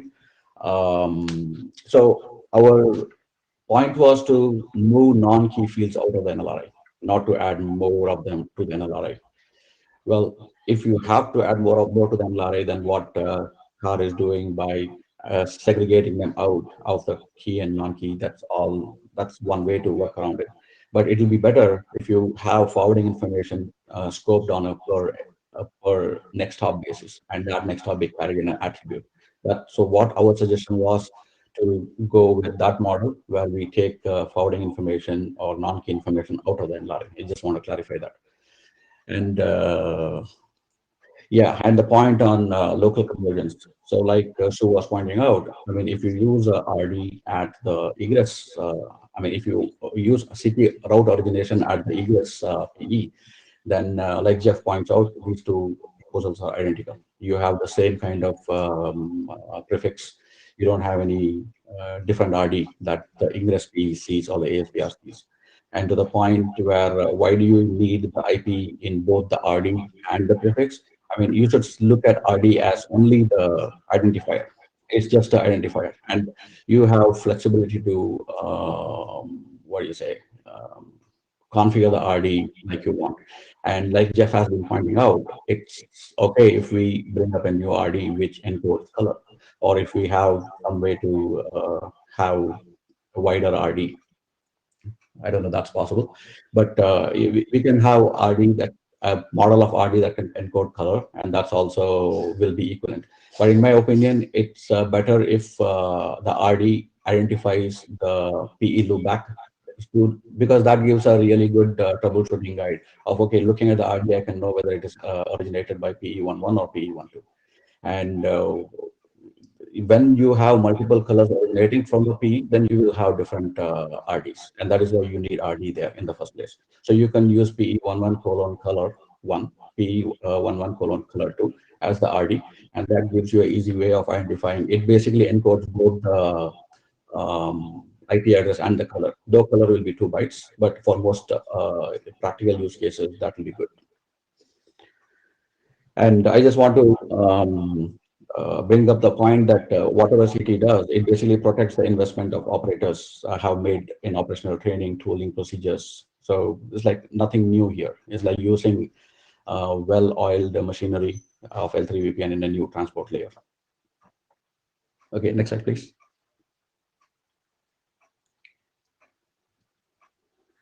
Yeah, so the current status is that we are having energetic discussions comparing the various proposals, which is always good for the community. And we have requested working or adoption, and we will continue to have those discussions and see how it goes. Thank you. Thank you, Kaliraj. Again, request for clarification questions only. Sue's got the queue.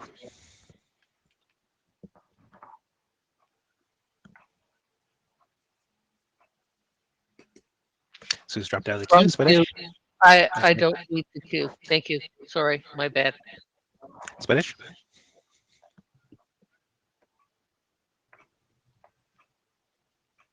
Things that was just now mentioned. One of the questions was regarding the same RD originating from the originating P, as Kaliraj just mentioned. I'm not sure why we need to advertise again the repetition of the same question I already asked. That what's the point of sending P address is still a global. It's in a transport network. It's global. What's the point of sending the P address in RD? Because you yourself mentioned you're sending a PE1 colon some value, then a PE1 address. And again, you will do the same thing for another BGP CT route sent from the originating P. to achieve the convergence. So I'm not sure what is the point of putting a RD in front of, if you're saying for any local convergence, you need a same RD. I'm not sure where you're getting with it. That's the first point. Second point is for the multi you are proposing, you you agree there are limitations for 8277 RFC, but you are proposing another multi next hop attribute to carry it. Remember, multi next hop attribute is also an attribute. We are talking about transport network where the label allocation is per prefix. For each transport CT route, you have to have a unique label. Now, if you start moving that to a next hop attribute, uh, it's carried in the attribute in the BGP update message. It's not put with the NLRI. So day one, you are making each NLRI unique.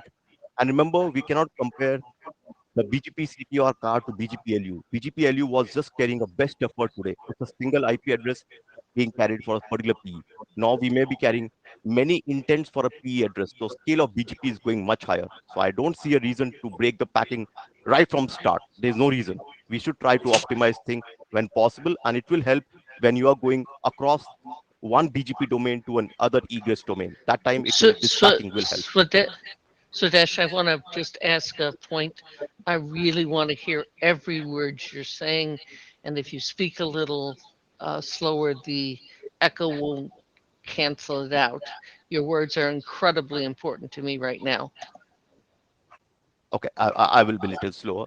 Yeah, my point was one of the things that has been agreed is that 8277 has a limitations because it encodes the label within the NLRI in the hard-coded fashion, which doesn't support multiple encaps if required during migration and coexistence, and as well as uh, it has the limitations for any future use cases like other type of encapsulation. So, and the proposal is that we should move to multi-next hop attribute. Remember, it's an attribute in BGP update message.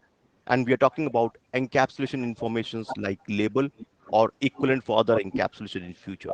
So if we start carrying such information in the attribute, not in the NLRI, as Carr has suggested, we are day one breaking the packing of BGP.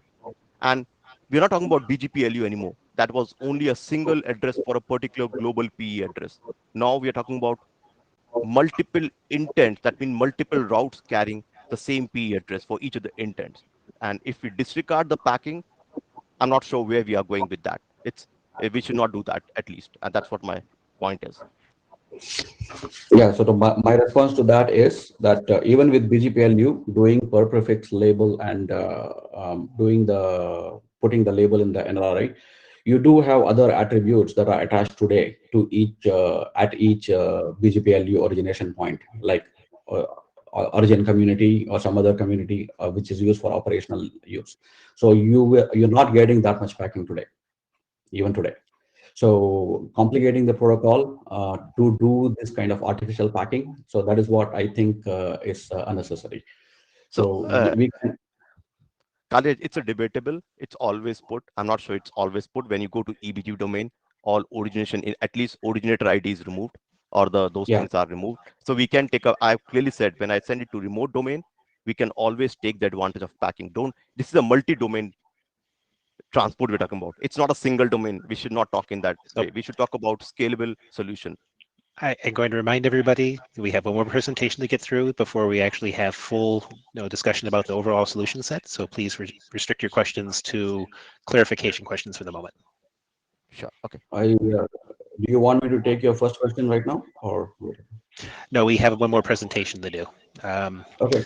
Yeah. So Srihari, do you have any clarification questions?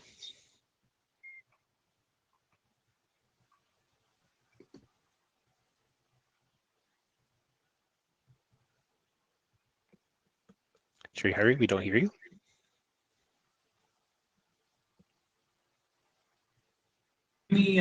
Jeff? Can you hear me? Hello? Can you hear me, Jeff? I can hear you now. Yeah, this is not a clarification question. I wanted to bring up the color mapping. If you think this is a good discussion for the open discussion, I can come back later. Let's come back to the open discussion. We'd like to give everybody a fair shake. Ketan, do you have any clarification questions? Yeah, Ketan Talavlikar here. Yes, I had a clarification question. I heard, Kaliraj, I heard you mention, talk about multi-next hop attribute and how to carry encapsulations, multi-encapsulation, but I Mhm. have not seen any of that in the draft. So is that something different, new? Yeah, can you Yeah, clarify? that is a different draft, and it is not a prerequisite for CT, but that is basically just forward direction. That, Okay. Okay, so just again clarification, then am I right to assume that CT is focused only on MPLS like BGPLU was currently, and then some more stuff would be added later for other encapsulations? So CT has a section for other data types like SRv6, and for IP tunneling, that also it works. Those things are already supported even without multi-next hop. Okay, so I think we can take it to the list, but I just a quick thing, I think that's grossly insufficiently specified in my view. Thanks. Okay, so Ron, you have a presentation?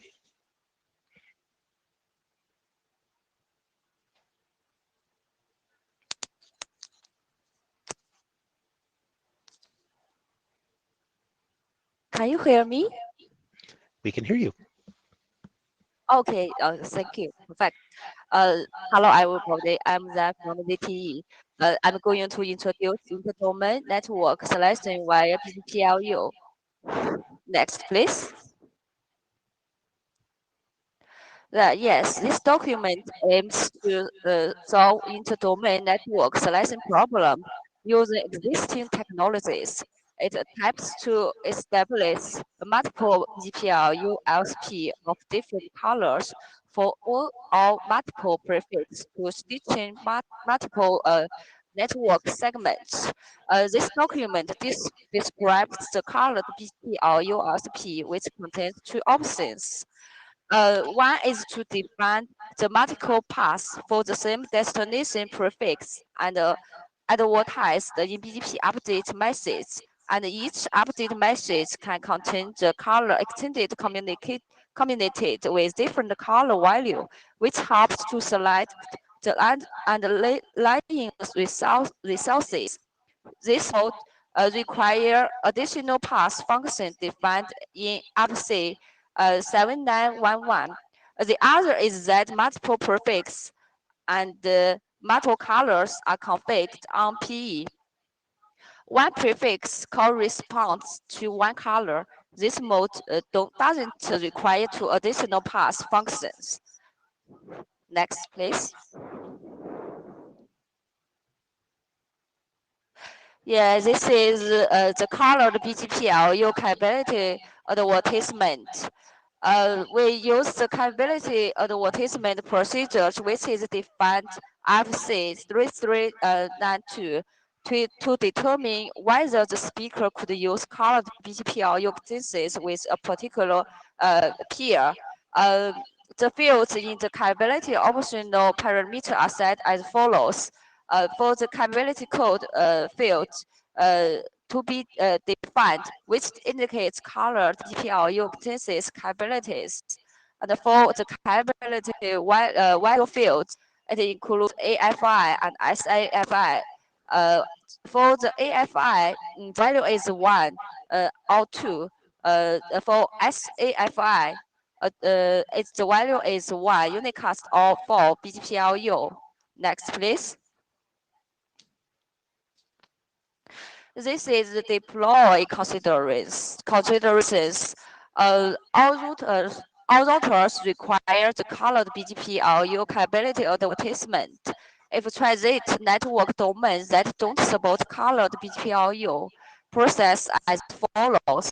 When the colored BGP label receives the BGP route, if it continues to advertise the BGP routes to the upstream labels that supports the colored BGPLU.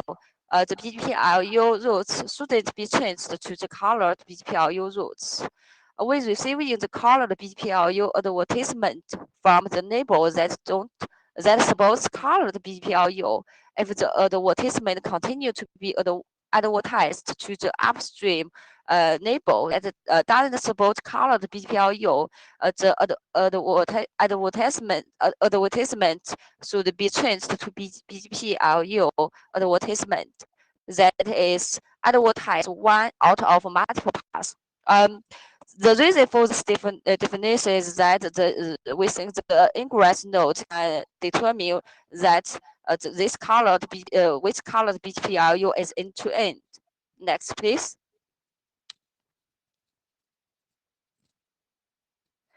Yeah, here are two topics initiated by Chair Jeff. The question one: how does root resolution work with your feature? For our colored BGPLU is recursive and color wired. We use color and next hop in the lookup key, and we will choose and lay SLA paths. They include SR policy, SGP flag, FA, and SVPTE, LPM based on policy. Next, please. For question two, root origination and propagation. We consider the following example of establish multiple BGPLU LCP for different colors in across domain scenarios.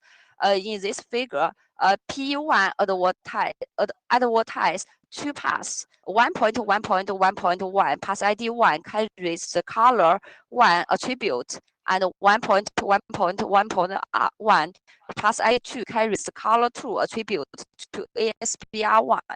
P1 advertises the bounding between prefix 1.1.1.1 and label 200. Because of the end node, both paths had the same label value 200. ASBR1 receives these two paths from PU1, and when sending to ASBR2, it modifies the next hop to itself and allocate two new labels based on prefix, pass ID, and color. As shown in the feature, ASBR1 sends two paths to ASBR2, 1.1.1 pass ID 1 carries color 1 plus label 201, and 1.1.1 pass ID 2 carries color 2 plus label 202. Similar, ASBR2 also generates two different labels based on the prefix, pass ID, and color. As shown in the feature, multiple end-to-end BGPLU LCP are established. Different BGPLU LCP selected and lay SLA tunnels according to their colors. Next, please. Yeah, next up, comments are welcome. So we think this solution is very simple and easy to implement, and it don't need to do a lot of protocol extensions. So I think we think it's all ready to call for adoption. Comments. That's all. Thank you.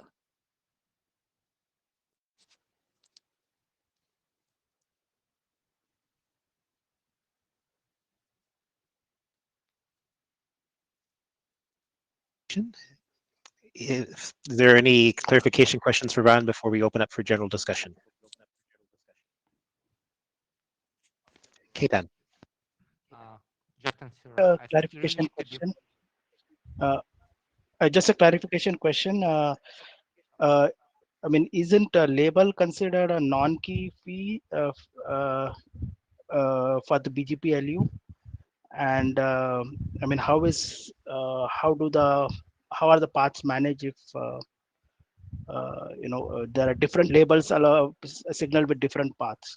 Maybe I missed something, and if you could clarify that part. Sorry, sorry. Can you say it again?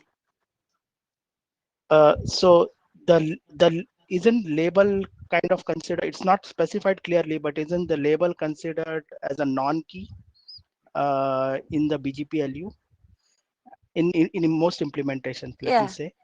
And if so, then how are different labels being signaled for different colors for the same prefix? Maybe I missed something basic. If you could clarify, please. Oh, okay. Uh, we allocated the labels based on prefix, pass ID, and colors.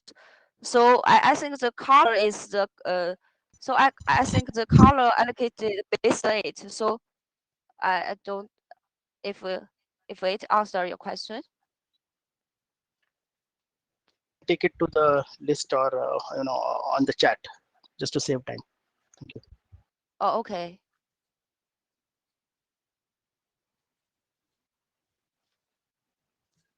Justin, Jeff. you mentioned on the boundaries between speakers that do understand the capability and don't. You'll just choose one of the paths. I think you really need deterministic time breaking. You cannot have different BGP speakers advertising different paths. Hey, Jeff, quick note. We've got 5 minutes warning. Yes, unfortunately, thankfully, some of the cross discussion did happen earlier. So we are now open for resuming general discussion. Please queue yourself up. Okay, thank you. Thank you, Ed.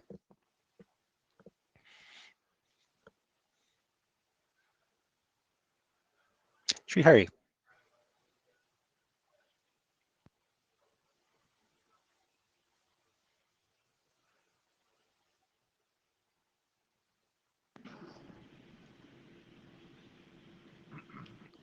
We are not hearing you, Srihari. We can hear you now. Yeah. I want to open up the conversation that you've mentioned in the recent today's chat as well as in the last interim. This discussion did come up about the color mapping between the domains. This is something that I want to make sure that we all have a common understanding. Specifically with respect to the car, they talk about bringing in the LCM, which brings in the community mapping between the domains that have different colors. Now, clearly, this brings in complexity in terms of troubleshooting, because when we receive a prefix at a particular remote domain, which has the color embedded in the color NLRI encoding, which is the color encoded in the NLRI, and it has the LCM, which has a different color. So which color to really look into and which color to map to. So that's something that we'll have to go through on a node by node basis to the originating node to understand where the color and what's the real intent of this color is. Now, we've been hearing from Swadesh and DJ that this is a remote case and this is not a common case, but this is exactly what we did not hear a couple of years ago in one of the IDR meetings about specifically the color mapping between providers. So I want to know what is the real scenario here. I want to open up the forum to see what others have to say. I know we've heard from both the CT authors and the COR authors, but anybody else would want to comment on how easy it is to color mapping between providers and domains, and is it a normal case or is it a remote case? Would appreciate any comment on that.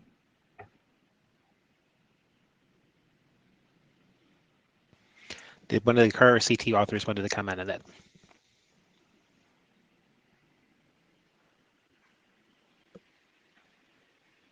Kalaraj? So Srihari, go ahead, Swadesh. Sorry. So Srihari, as we have already stated multiple times and replied on the list as well as to the Jeff very clearly, and Jeff has also summarized in his mail, it's clearly said that in the single color domain, it's a color in the NLRI that is the color. I don't think there's any confusion. And once it crosses the boundary, yeah, you can rewrite you can introduce a LCM which will carry the color. It's very clear. I'm not sure where the confusion is. Not sure why you're trying to bring up a confusion. It's very, for single color domain, it's very clear. It's easy. There's no LCM present. Your NLRI carries the intent color. And if LCM is present, that's the one. There's no confusion here at all. Yes. So Swadesh, if I comment, I'm very clear on this. Yes, for a single color domain, yes, I am completely with you. And remember the optimization we have done. And remember the optimization we have done. We had make it work like BGP LU with all the convergence, all the advantages, no repetition of IP addresses in different places, and intent is right in front in the NLRI. That's the right data model. Opaque, putting a global PE address, putting a RD in front of it, and making it a opaque, many things will fail in future. Not just what we have brought up, local convergence, your hack to remove the RD and try to bring them in the single table, then advertise the two routes out because they are unique RD routes. You bring it to Have you common forgotten the table. question I asked? Swadesh, I'm not talking about RD. I'm talking about only the color mapping. Srihari, No, Srihari, I'm just can I? trying to compare. I'm just Srihari, trying to Swadesh, compare. Srihari, Swadesh, can I interject, please? Sure. Swadesh, can you please answer Srihari's question where he feels the debuggability amongst one of the many things is concerned? That would No, help they him answer the debug. So, question. Kairo, I have already Specifically answered. in the multicolor case. Yeah, I've Yes, already thank you, Pierre. I explicitly answered already that once you cross a single color domain crossed, it's a LCM. You see the LCM and you know what is the color of what is the effective color of the transport. Thank you. There's nothing to be doubt there. And you also make a point that this is a remote case or a rare case of color mapping between providers is So a rare Srihari, case. again, I'll repeat. We are talking about a network which is managed by an administrator, right? Single administrator. We all agree on that. It's a transport network we're talking about at this moment, and it's operated by a single administrator. So single color domain would be the most frequent case. In the rare scenario, BGP card takes care of it. So But we I'm have going to request optimized the this. protocol for I'm this only scenario. questioning, Swadesh, I'm only questioning you. You're making a statement that this is a rare case, rather than No, believing you. I'm not. I'm I want saying to hear okay. from other operators. Why I highlight that point is we don't want to penalize the BGP LU advantages just for some percentage of cases where multiple color domains will come. We don't want to penalize that, and that's what Again, you guys have been approaching. But we don't want to approach that way. Okay, But I we must have a stop. solution which is clear. I must stop this question. We have limited time left. We are going to be colliding within the room, so we're going to continue for another 6 minutes at most. So Srihari, please take your question to the list in detail, and let's actually resolve this since we do seem to be coming back to it. Ketan, you have the mic. Thank you, Jeff. Ketan Talaulikar. I have put this in the chat, but I wanted to bring it on the mic as well because there is debate on the NLRI design of the car and why encapsulation information is being put there, and this is done to support signaling of multiple encapsulations. We heard today from the city authors, Kalairaj, that a similar or a different, there is a proposal to how to do that as well in the city proposal. So I would request if that information is added into the city proposal so that right now it just comes across like an MPLS only solution. If it is multi-encapsulation, if that detail is added, then perhaps the working group has fair apple-to-apple comparison of what's the complexity and what's going on there. That's all. Thank you, Ketan. Tarek, you have the microphone. Saad with Juniper. Today, the PCE can cater or service a request for an intent identified by color, and it can compute an interdomain path across multiple IGP domains, for example. And each IGP domain can have different representation of what algorithm ID, for example, they want to implement in their domain.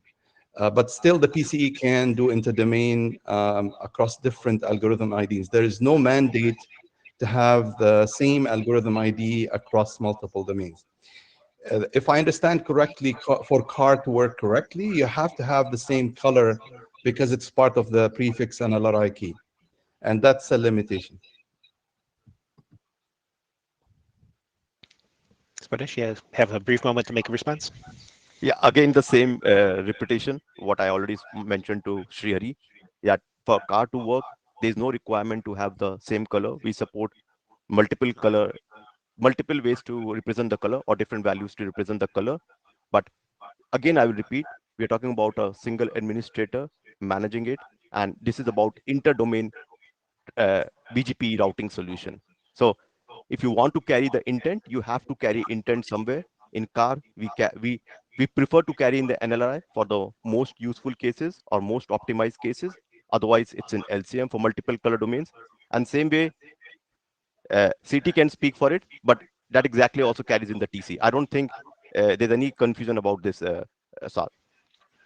Okay, so we will take this as one of our questions list. There's obviously differences of opinion. I think this is why we keep seeing the conversation come back about what a color domain is.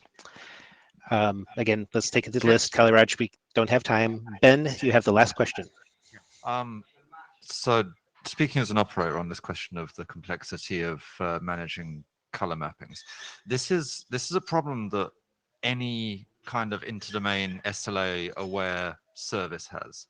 Sometimes you're managing mappings of traffic classes, sometimes it's DSCP values, sometimes it's communities, in this case it's colors. And the nightmare part of that is the coordination. Once you've actually done the coordination, you've agreed on a mapping, scraping it off the screen of a CLI is not the complexity. It's a complete red herring. It's not a big deal. The main thing I wanted to just raise, in case it hasn't kind of come across either sets of authors as a use case for this, is fortunately I don't provide interdomain SLA-aware services, but what I do need is a solution to the problem of providing local repair for egress peer engineering BGP routes. And I think that probably both drafts can provide a solution to that. The idea essentially being advertising a unique LU label depending on what the potential backup path is, so that you don't have to fall back to IP forwarding in the event of a local failure. It would be nice to see either in the draft or maybe when we next speak about this at 114 to hear a bit about whether the authors think that that's a good use case and how that might work in practice.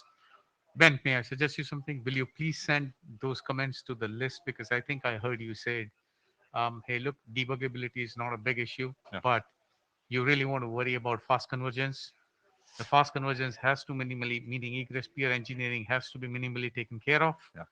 And well, it's clearly not the primary use case, but it is a use case for the ability to have multiple prefix to label mappings. Absolutely. Which is one of the things that this provides. I think sending a note to mailing list would be great. I will. Thank you. Over to you, Jeff. Thank you. This ends our session for IETF 113. We've had, again, good discussion that unfortunately, again, got compressed a little bit. What we'll be doing as part of collecting the minutes is trying to summarize the questions and points where people seem to be in disagreement. And we'll be feeding those questions back to the list in some form for summary. As part of those questions, the chairs will discuss at our next gathering whether we should try to front load potentially another interim meeting to do this, or do we just wait for 114? Meanwhile, since the room has to be released to the next session, thank you for showing up, and we will talk to you all soon. Yes, we will also have a session on Friday. We have the early session. Thank you. Thank you. Bye. Oh.